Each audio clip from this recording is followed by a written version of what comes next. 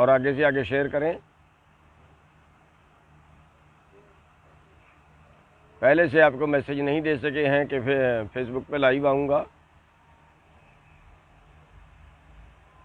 लेकिन अभी भी आप अपने मित्र प्यारों को जल्दी जल्दी बोल दें।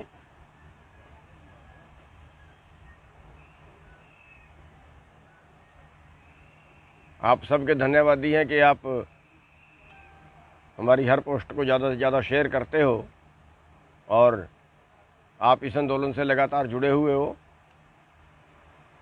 आभारी हैं आपके सभी के। साथियों, पिछले साल देश में लॉकडाउन लगा था।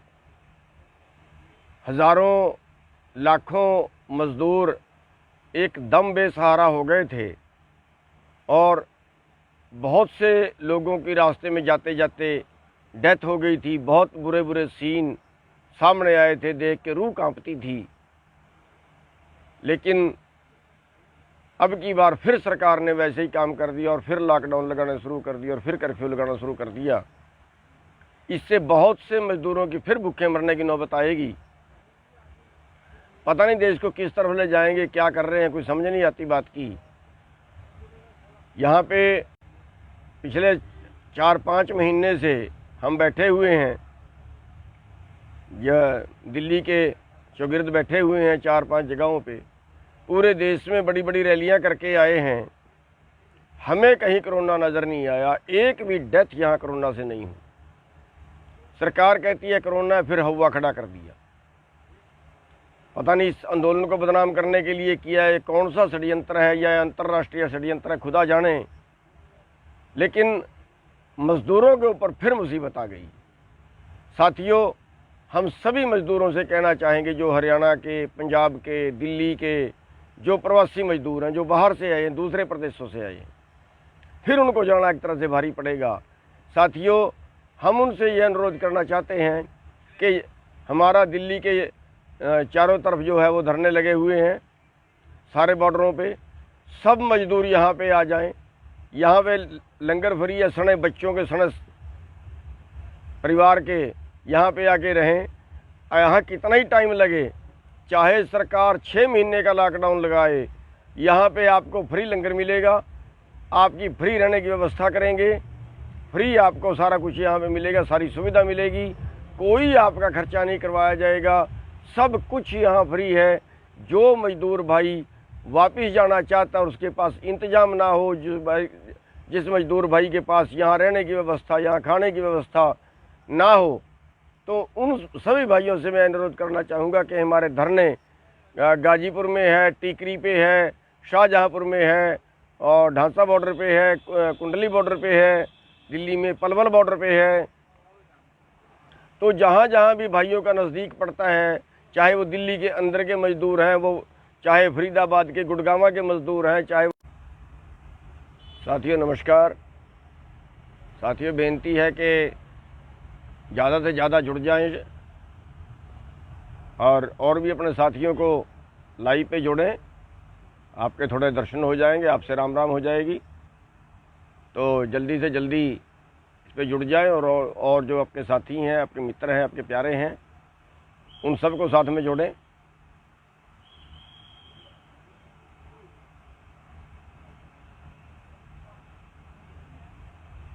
सभी साथी अपने मित्र प्यारे को बोल दें, अपने दोस्तों को बोल दें, ज़्यादा से ज़्यादा जुड़ जाएं और आगे से आगे शेयर करें।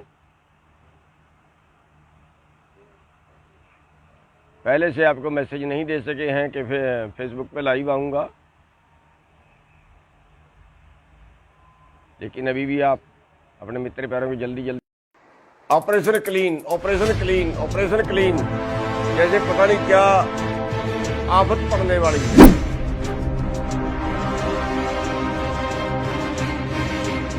ये एक अखबार ने ज्यादा उछाली है, वो अखबार बार बार जानबूझ के गड़बड़ करता है, बीजेपी का दलाल।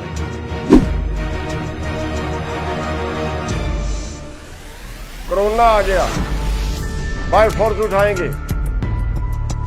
मैं कहता हूं वो मार तो सकते हैं, गोलियां तो मार सकते हैं, लेकिन अगर वो ये कहे कि लोग उठ के घरों को चले जाएं तो भूल जाइए बीजेपी, अपना दिमाग ठीक कर ले बीजेपी। मार तो सकते हैं, 1000 को मार देंगे, 500 को मार देंगे, कोई बात नहीं है, लेकिन एक बात याद रखना, बीजेपी की जड़ें घुस जाएंगी। एक बार तो मार दोगे गोलियां, उसके बाद कहाँ जाएंगे? गांवों में जाएंगे ना, उसके बाद जनता में जाएंगे ना, फिर वहां क्या हाल होगा इनका? क्या घुसने देंगे लोग? इसलिए बीजेपी अपना दिमाग ठीक कर ले, किसी गलतफहमी में मत रहना। मरने के लिए आए हैं हम घर से, भागने के लिए नहीं आए। सुबह से कान पका दिए, ऑपरेशन क्लीन, ऑपरेशन क्लीन, पता नहीं क्या करेंगे। ये बीजेपी क्लीन होगी, बीजेपी को देश से क्लीन कर देंगे। दोबारा ताउम्र नहीं आ पाओगे सत्ता में। मुसलमानों को बदनाम कर दिया, इन्होंने कोरोना फैला दिया, इन्होंने कोरोना फैला दिया, इन्होंने कोरोना फैला दिया, मस्जिद से कोरोना फैल गया, हुआ खड़ा कर दिया। जहां बीजेपी का चुनाव होता है, जहां बीजेपी ने भाषण देना होता है, वहां तो कोरोना नहीं होता। ये किसानों के नाम का कोरोना आ गया, हुआ खड़ा कर रहे हैं, खाम खाम डरा रहे हैं लोगों को। साथियों, आज सुबह से खबर चल रही है, बहुत से लोगों के मैसेज आए, operation clean, operation clean, operation clean, जैसे पता नहीं क्या आफत पड़ने वाली है। पहली बात तो ये है कि ये एक बार अफवाह पहले भी फैलाई गई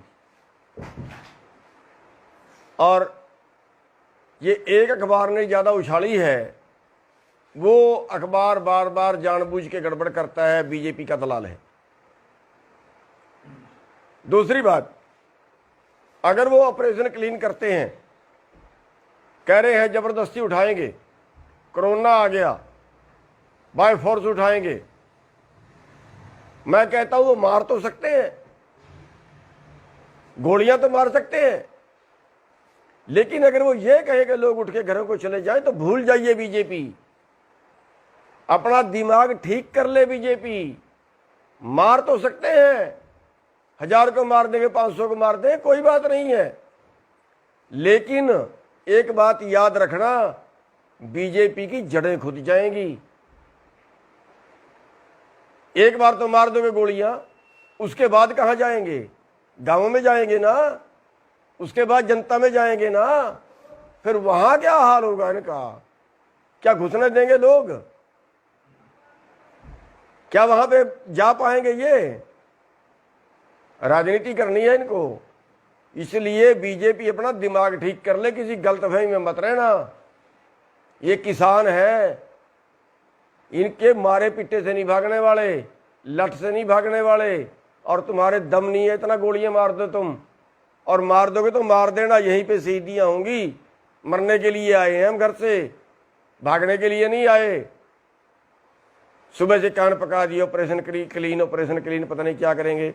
ये बीजेपी क्लीन होगी, बीजेपी को देश से क्लीन कर देंगे, दोबारा ताउम्र नहीं आ पाओगे सत्ता में। सुन लें बीजेपी वाला ध्यान से, आप ऐसे बनाना सोचते हैं ना, जैसे आपने मुसलमानों को बदनाम कर दिया, इन्होंने कोरोना फैला दिया, इन्होंने कोरोना फैला दिया, इन्होंने कोरोना फैला दिया, मस्जिद से कोरोना फैल गया, हुआ खड़ा कर दिया।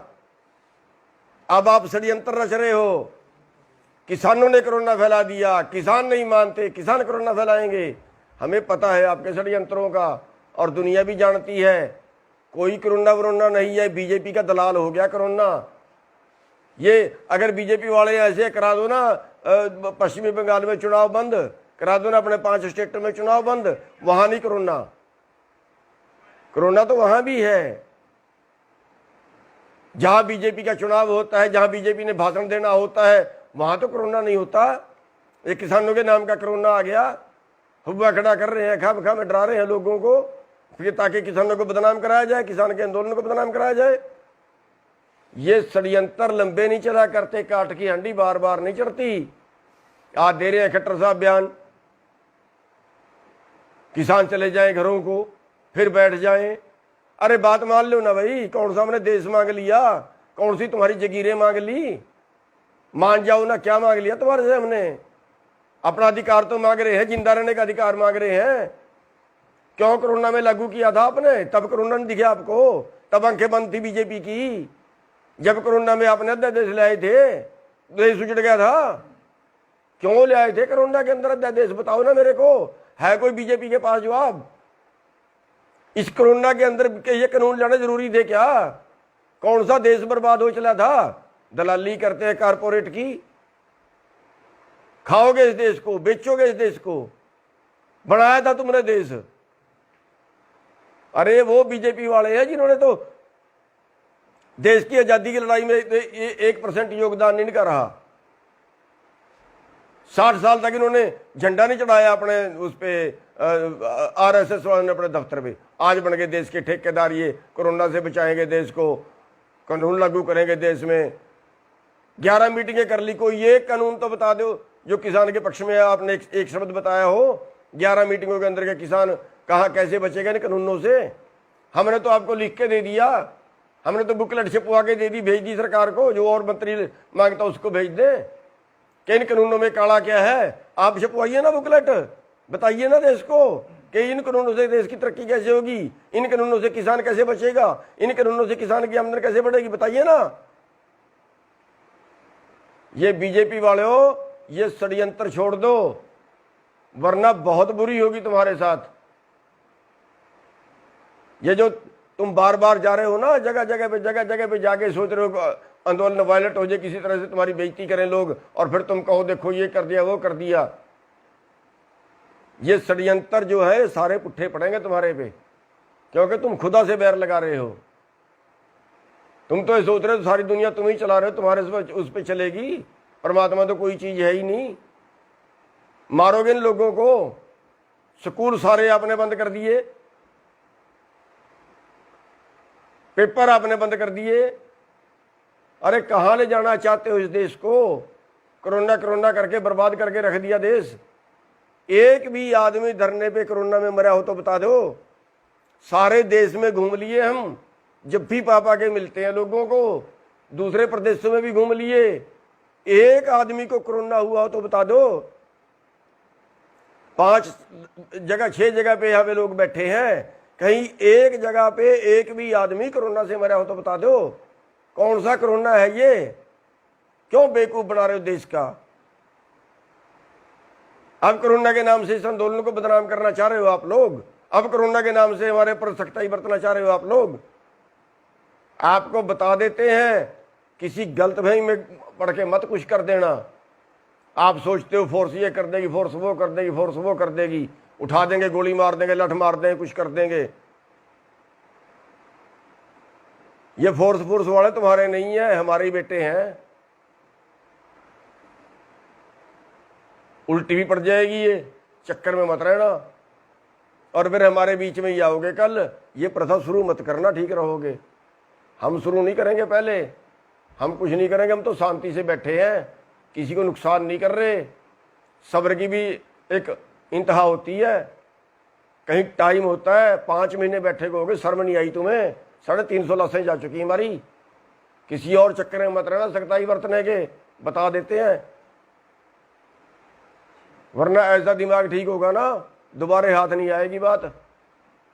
और ये आरएसएस वाले हैं ना, सुन लो आरएसएस वाले हो, अभी टाइम है, हटा दो इस मोदी को, वरना रावण का इतिहास जानते हो।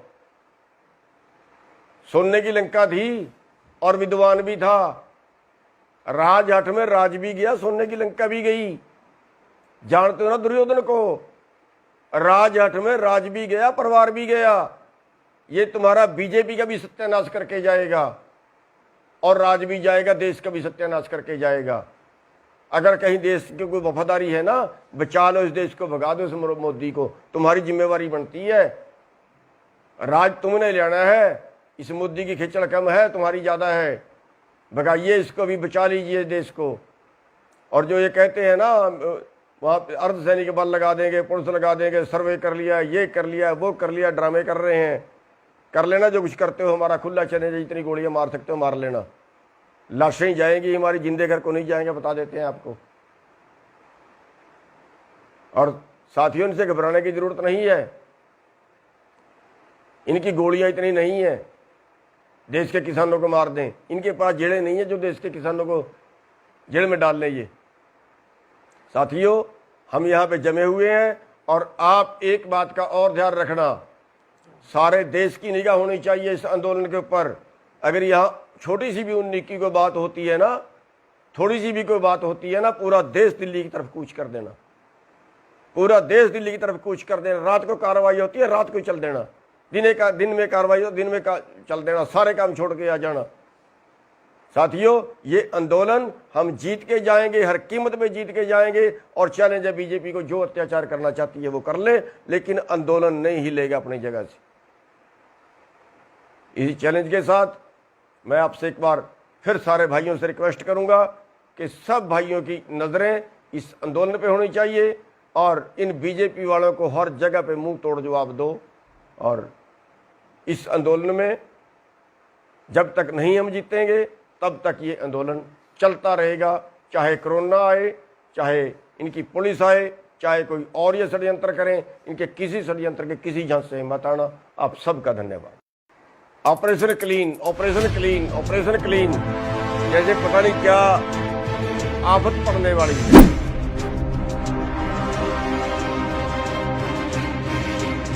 ये एक अखबार ने ज्यादा उछाली है, वो अखबार बार बार जानबूझ के गड़बड़ करता है, बीजेपी का दलाल है।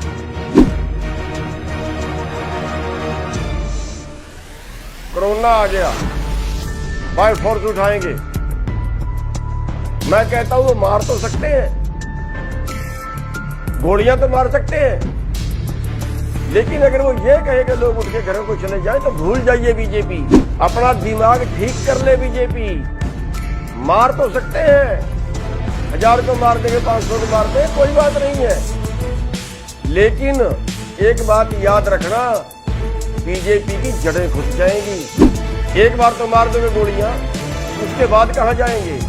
गांवों में जाएंगे ना, उसके बाद जनता में जाएंगे ना, फिर वहां क्या हाल होगा इनका? क्या घुसने देंगे लोग? इसलिए बीजेपी अपना दिमाग ठीक कर ले, किसी गलतफहमी में मत रहना। मरने के लिए आए हैं हम घर से, भागने के लिए नहीं आए। सुबह से कान पका दिए, ऑपरेशन क्लीन, ऑपरेशन क्लीन, पता नहीं क्या करेंगे। ये बीजेपी क्लीन होगी, बीजेपी को देश से क्लीन कर देंगे। दोबारा ताउम्र नहीं आ पाओगे सत्ता में।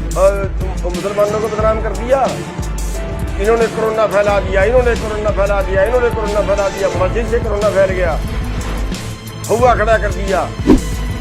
जहां बीजेपी का चुनाव होता है, जहां बीजेपी ने भाषण देना होता है, वहां तो कोरोना नहीं होता। ये किसानों के नाम का कोरोना आ गया, हुआ खड़ा कर रहे हैं, खाम खाम डरा रहे हैं लोगों को। साथियों, आज सुबह से खबर चल रही है, बहुत से लोगों के मैसेज आए, operation clean, operation clean, operation clean, जैसे पता नहीं क्या आफत पड़ने वाली है। पहली बात तो ये है कि ये एक बार अफवाह पहले भी फैलाई गई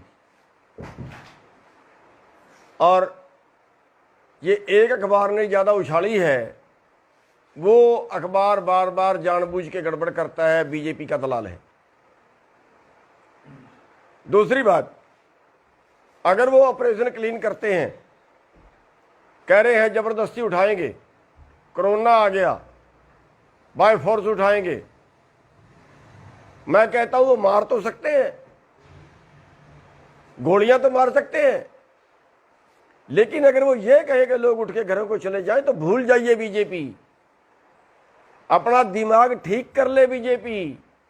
मार तो सकते हैं, 1000 को मार देंगे, 500 को मार देंगे, कोई बात नहीं है, लेकिन एक बात याद रखना, बीजेपी की जड़ें खुद जाएंगी। एक बार तो मार दोगे गोलियां, उसके बाद कहां जाएंगे? गांवों में जाएंगे ना, उसके बाद जनता में जाएंगे ना, फिर वहां क्या हाल होगा इनका? क्या घुसने देंगे लोग?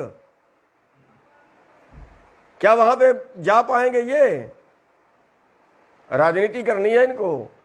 इसलिए बीजेपी अपना दिमाग ठीक कर ले, किसी गलतफहमी में मत रहना।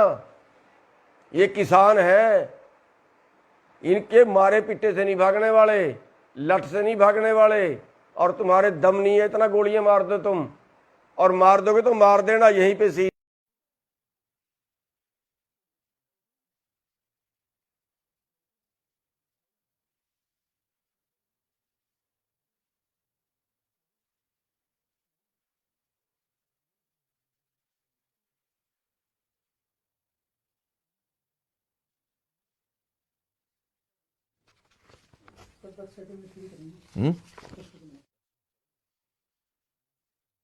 ठीक है, चलो करो, चालू करो।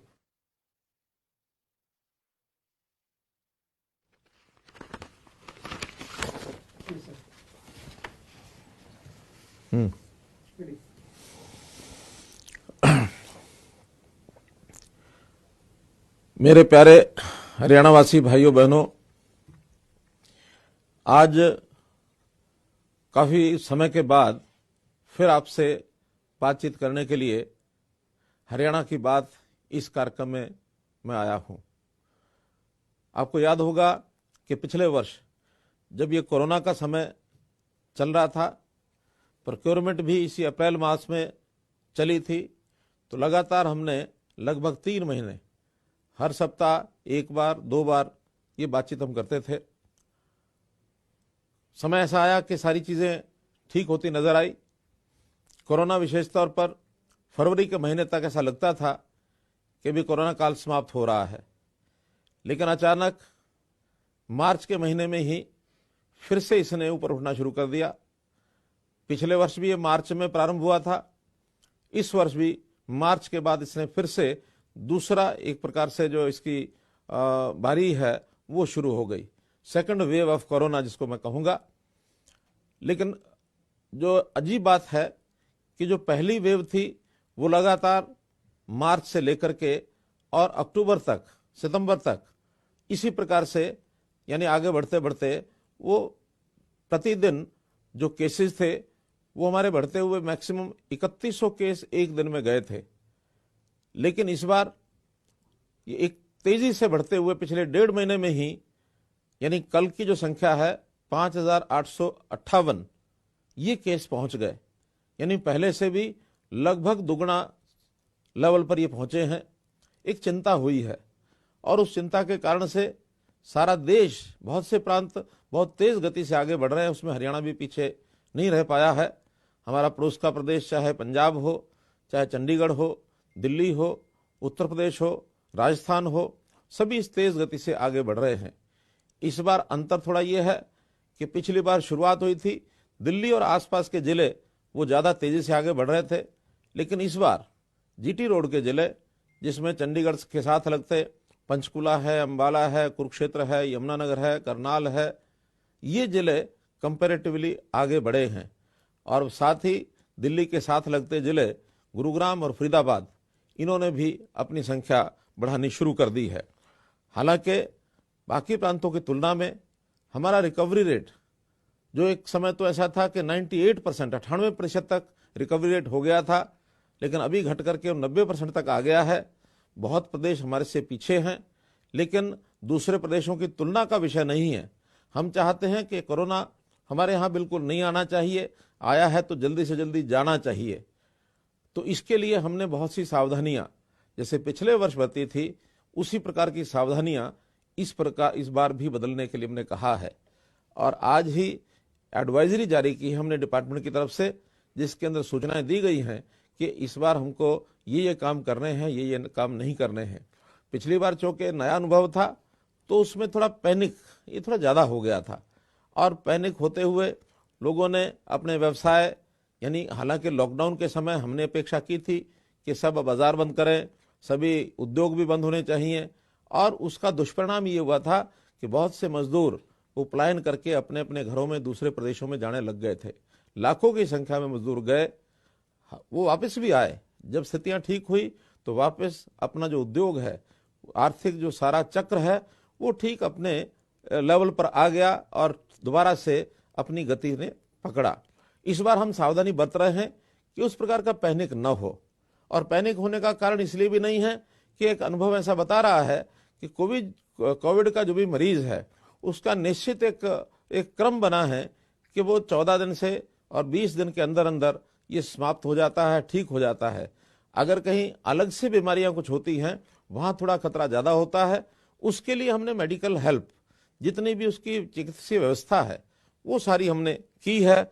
आज भी हमारे अस्पतालों में ऑक्सीजन की व्यवस्था पूरी है, आईओसी बेड्स की व्यवस्था पूरी है, वेंटिलेटर्स भी पर्याप्त मात्रा में हैं, कहीं किसी को कोई कमी नहीं आएगी। हमारे अस्पताल सब सुसज्जित हैं, हमारे डॉक्टर्स, पैरामेडिकल स्टाफ जैसे पिछली बार अलर्ट था, पिछली बार भी हमने जो उनको निवेदन किया था तो खुल करके जैसे कोरोना वॉरियर्स के रूप में वो काम में आए थे उसी प्रकार इस बार भी वो कर रहे हैं।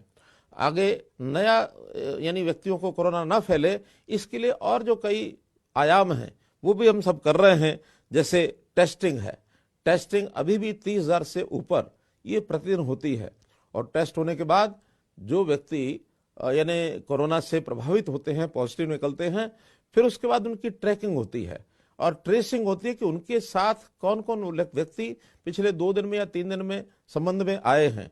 लगभग 20 से 30 व्यक्ति हर व्यक्ति के संपर्क में पिछले 2 या 3 दिन में आते हैं। उन सबको भी हम उनकी टेस्टिंग करते हैं, ट्रेस करते हैं, ट्रैक करते हैं और फिर बाद में अगर उनको भी किसी को कोरोना होता पाया जाता है तो उनको ट्रीटमेंट की ओर भी ले जाया जाता है। तो ऐसे ये 4 जो स्टेप्स हैं ये सब हम करते हैं, जिसमें टेस्टिंग है, ट्रैकिंग है, ट्रेसिंग है और ट्रीटमेंट है। तो इस आधार पर हम कोई भी कसर नहीं छोड़ रहे हैं। आज भी 30,000 से ऊपर लोग प्रतिदिन ये टेस्ट हो रहे हैं और वैसे तो टेस्टिंग जितनी ज़्यादा हम करेंगे हो सकता है उतने ही कोरोना पीड़ित जो मरीज हैं वो ज़्यादा हमको आए, लेकिन इसकी चिंता नहीं है। हमें चिंता यही है कि अगर कोरोना किसी को पहले तो आना नहीं चाहिए और अगर आया है तो जल्दी से सुरक्षित होकर के, जल्दी से ठीक होकर के, इलाज होकर के वापस अपने घर को लौटे। इस बार के जो कोरोना पॉजिटिव केसेस हैं उसमें एक बात और ध्यान में आई है कि यदि बहुत ज़्यादा वो सीरियस नहीं है, बहुत ज़्यादा बेचैनी पैदा नहीं कर रहा है, तो हमने ये भी कहा है कि वो सब घरों में ही रहें और घर पर ही रह करके आइसोलेशन ये उनका होना चाहिए। आइसोलेशन की जितनी भी किट्स हैं ये उनको उपलब्ध करा दी जाती हैं कि जिसको जैसी आवश्यकता हो। मास्क है, मास्क के साथ सैनिटाइजर है, दस्ताने हैं और उनको सबको यानी एक प्रकार से घरों में एक प्रकार से उनको जा करके जांच करने के लिए हमारी जो डॉक्टर्स की टीमें हैं वो भी तैयार रहती हैं। घर घर जा करके पैरामेडिकल स्टाफ है वो भी जा करके उनको चेक करता है, कोई परेशानी आए तो उनको वो एक प्रकार से उसको ठीक करते हैं। टेली परामर्श सुविधा, हर दिन 2 बार उस मरीज को टेलीफोन से भी जानकारी ले ली जाए कि कहीं कोई दिक्कत तकलीफ नहीं है। ऐसी व्यवस्थाएं भी हमने की हैं और यदि कहीं कमी है उसको भी हम और इसको ठीक करने के लिए आगे बढ़ाएंगे चीज़ों को। जहाँ तक अस्पतालों में चीज़ों की उपलब्धता है उसके अंदर अस्पतालों के चाहे पीपी किट्स हैं, मास्क हैं, सैनिटाइजर है, सैनिटाइजेशन की बॉटल्स लिक्विड की हैं, बिस्तरों की संख्या है, क्लोरोक्विन की गोलियां हैं और विशेष तौर पर जो रेमडेसिविर ये जो गोली है इसकी भी इंजेक्शन की पर्याप्त संख्या हमारे पास है।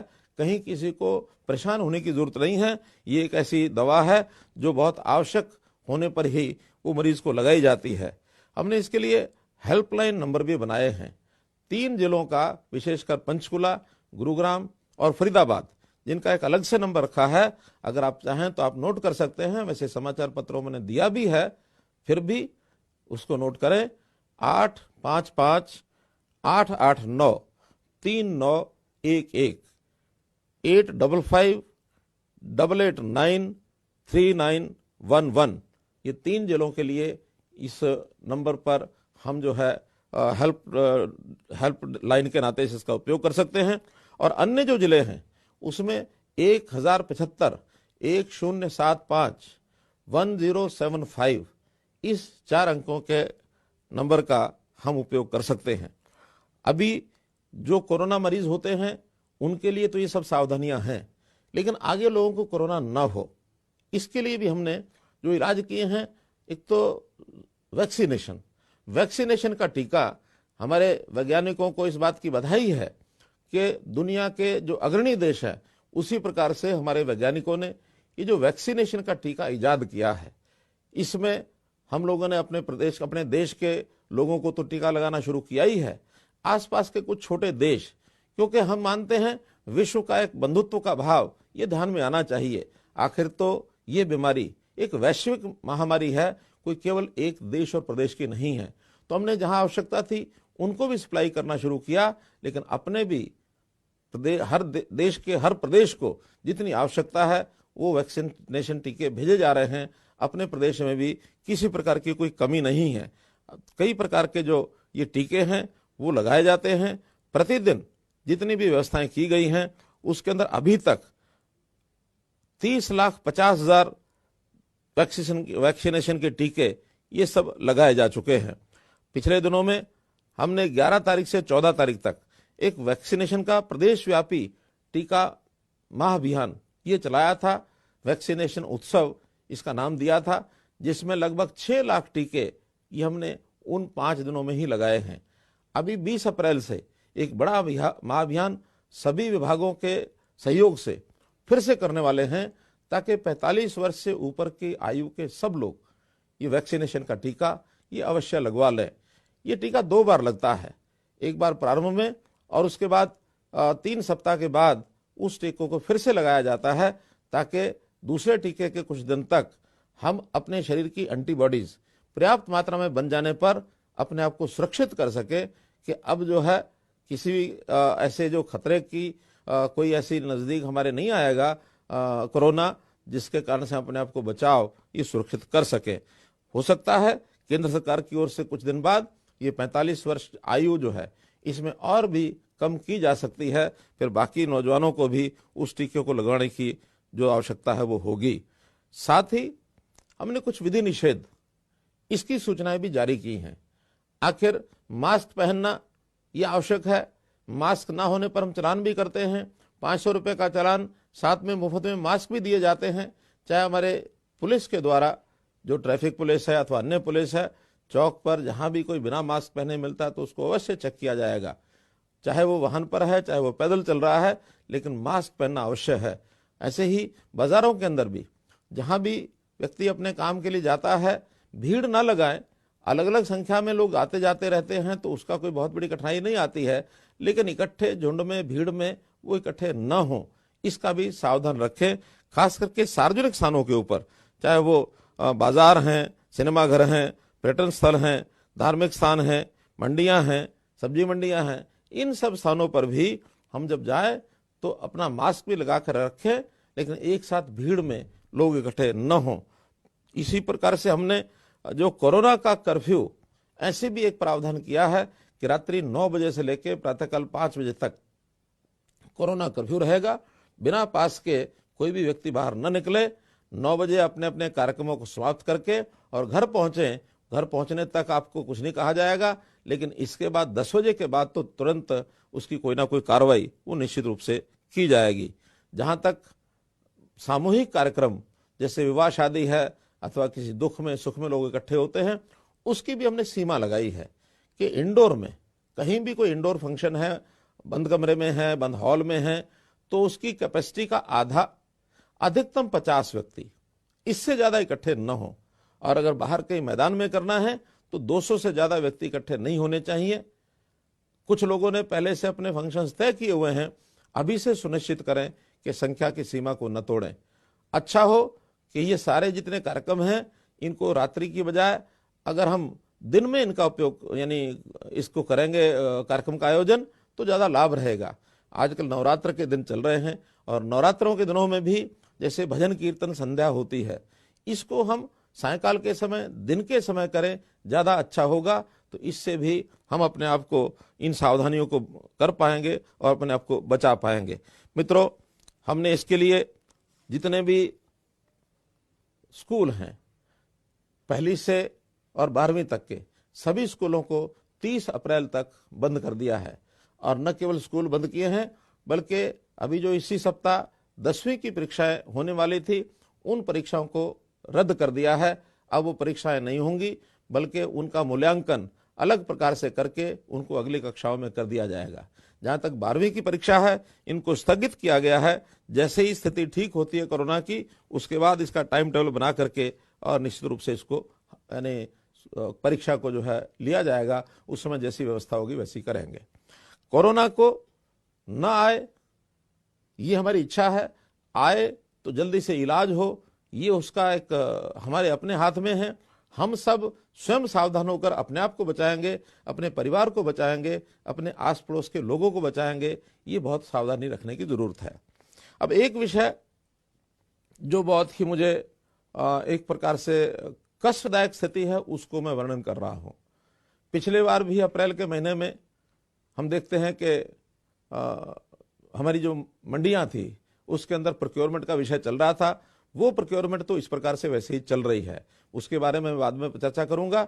लेकिन जो विशेष बात मुझे जिसका उल्लेख करना है वो है हमारे किसान भाई कहीं कहीं अपनी कुछ बातों को लेकर के आंदोलन कर रहे हैं।